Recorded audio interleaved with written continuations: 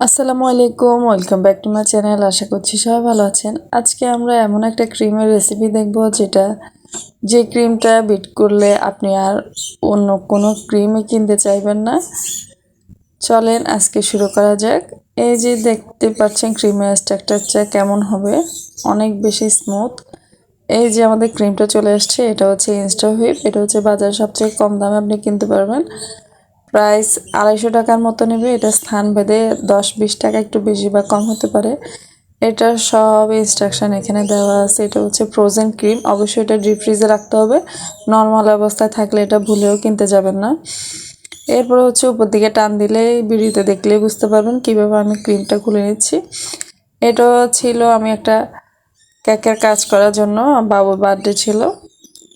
পুরো ক্রিমটার কাজ আমি ওদিন করেছি, আমি ফার্স্ট টাইম কাজ করলাম, তাই ভাবলাম আপনাদের সাথে শেয়ার করি। আমার যতটুকু ক্রিম লাগবে ফার্স্ট টাইমে ততটুকু নিয়ে নিচ্ছি।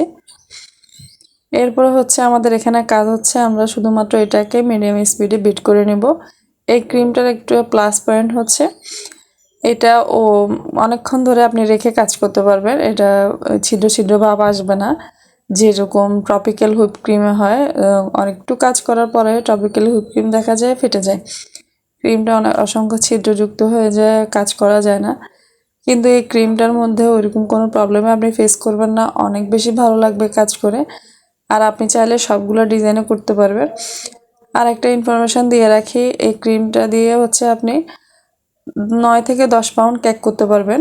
আমি একটা 8 পাউন্ডের কেক, আর আরেকটা হচ্ছে 2 পাউন্ড, আরেকটা হচ্ছে হাফ পাউন্ড, টোটাল এতগুলো কেক, 3টা কেকের কাজ করি আমি এই ক্রিমটা দিয়ে একদিনে। আমার অনেক বেশি ভালো লেগেছে, ফার্স্ট টাইম যেহেতু কাজ করেছি, তাই ভাবলাম আপনাদের সাথে শেয়ার করি।